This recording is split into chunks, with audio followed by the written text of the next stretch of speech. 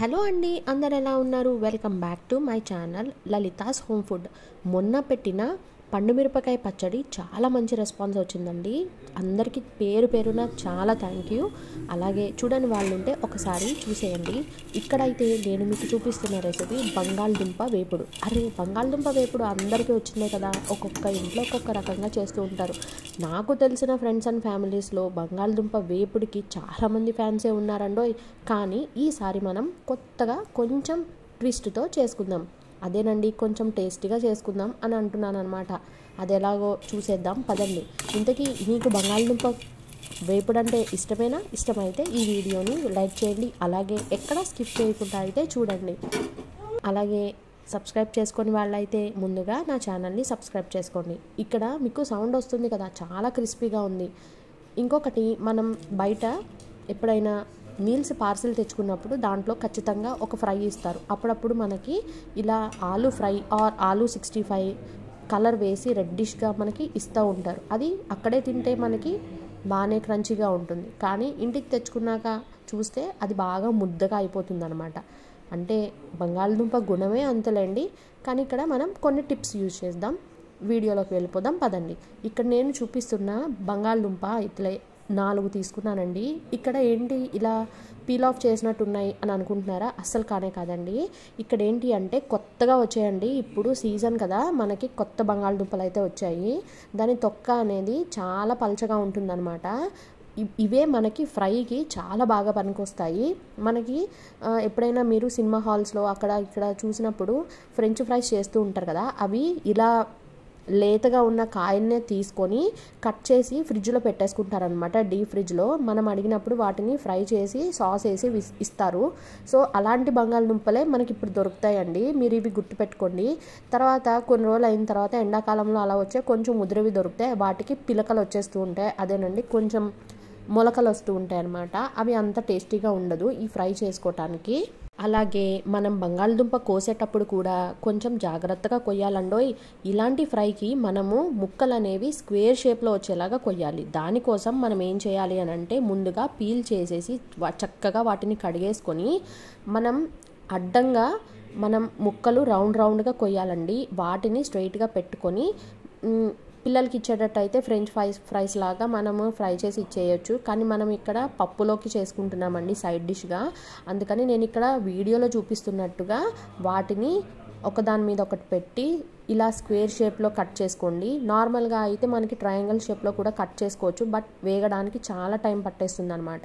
ఇలా చిన్న చిన్న పీసెస్ కింద కట్ చేసుకొని ఖచ్చితంగా గుర్తుపెట్టుకోండి, ఖచ్చితంగా 2-3 సార్లు వీటిని వాటర్లో కడగాలండి. స్టార్చ్ ఉంటుంది. స్టార్చ్ వల్ల మనకి కర్రీ అనేది బాగా ముద్దగా వస్తుంది అనమాట. అలా రాకుండా ఉండడం కోసం 2 సార్లు కడిగి వార్చుకోండి. అంటే ఇలా నేను డ్రైన్ చేశాను కదా, అలా డ్రైన్ చేసుకొని పక్కకు పెట్టేసుకోండి. ఇప్పుడు ఆయిల్లో డీప్ ఫ్రై చేసుకోండి. డీప్ ఫ్రై కదా, అబ్బా మాకొద్దు అని ఇక్కడతో స్కిప్ చేసేయకండి. నేను ఇక్కడ వాడిన మసాలా మామూలుగా మీరు ఫ్రై చేసుకున్నప్పుడు కూడా వాడుకోవచ్చు. సో మీరు ఈ వీడియోని చూస్తూ ఉండండి. ఇంకా మీకు బంగాళదుంప ఇష్టమైన వాళ్ళు వీడియోని కంటిన్యూ చేయండి. ఇక్కడ నేనైతే డీప్ ఫ్రైయే చేస్తున్నానండి. పర్లేదులేండి, అప్పుడప్పుడు ఆయిల్ మనకి మంచిదే. ఎప్పుడో ఉపాసన గారు కూడా చెప్పారు, విన్నారో లేదో, ఆవిడ మార్నింగ్ ఆయిల్ తాగుతారట. అంటే బాడీకి ఎంత కావాలో అంత ఆయిల్ తీసుకుంటారట. కానీ ఆయిల్ కూడా మనకి మంచిదే. అలా అని లిటర్ తాగనవసరం లేదండి. జస్ట్ కిడ్డింగ్ అంతే. ఇక్కడ మీరు చూస్తున్నారు కదా వీడియోలో, నేను వేయించాను. ఏం వేయొద్దండి, ఉప్పు కారం ఏం వేయొద్దు. జస్ట్ ఆయిల్ హీట్ ఎక్కిన తర్వాత మాత్రమే పీసెస్ వేసుకోండి. మధ్యలో మనం ఒక పీస్ ఇలా తీసి చూస్తే లోపల మనకి పిండిలా ఉంటుంది, అలాగే పైన క్రిస్పీగా ఉంటుంది. అప్పుడే మనకి ఇక్కడ ఫ్రై అనేది తయారైనట్టు అనమాట. చూసారా, ఇప్పుడు నేను బయటకు తీసేసాను, చాలా క్రంచీగా ఉంది కదా. అదేంటి ఇందులో ఉప్పు కారం ఏం వేయలేదు, ఇలానే ఉంటుందా అనుకుంటారేమో. అలా ఏం లేదండి. మనం మెయిన్ పాయింట్కి వచ్చేద్దాము. ఇక్కడ 2 ఎండుమిరపకాయలు, అలాగే 1 స్పూన్ ధనియాలు, ఈ సాయి మినపప్పు సాయి మినపప్పు ఇలా స్ప్లిట్స్ లేకపోతే మీరు గుండు మినపప్పు అయినా తీసుకోవచ్చు. అది ఒక 1/2 స్పూన్ తీసుకోండి. 2 లవంగాలు, ఒక చిన్న చెక్క, 1 యాలుక్కాయ. ఇవి మాత్రం జస్ట్ అలా డ్రై రోస్ట్ చేసి చల్లారిన తర్వాత ఒక 1/2 స్పూన్ జీలకర్ర, అలాగే 2 వెల్లుల్లిపాయ రెబ్బలు వేసుకొని ఇలా కచ్చాపచ్చిగా మిక్సీ అయితే పట్టుకోండి.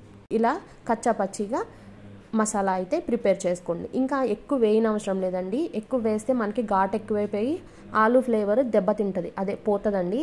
సో మీరు ఇవి ఒకటి వేసుకోండి. ఇప్పుడు చిన్న ప్యాన్లో కొంచెం ఆయిల్ తీసుకోండి. ఆల్రెడీ డీప్ ఫ్రై చేసాం కాబట్టి ఇక్కడ మనం అడ్జస్ట్ చేసేసుకుందాము. కొంచెం ఆయిల్ అయితే తీసుకొని దాంట్లో తాలింపు దినుసులు, ఆవాలు, జీలకర్ర, సాయి మినపప్పు, అలాగే పచ్చిశనగపప్పు వేసుకొని వేయించుకోండి. గుర్తుపెట్టుకోండి, ఇవి మాత్రం మాడిపోవద్దండి. ఇవి బాగా వేగిన తర్వాత మనం కరివేపాకు వేసుకోవాలి. అలాగే కరివేపాకుతో పాటు పచ్చిమిర్చి కూడా వేసుకోండి.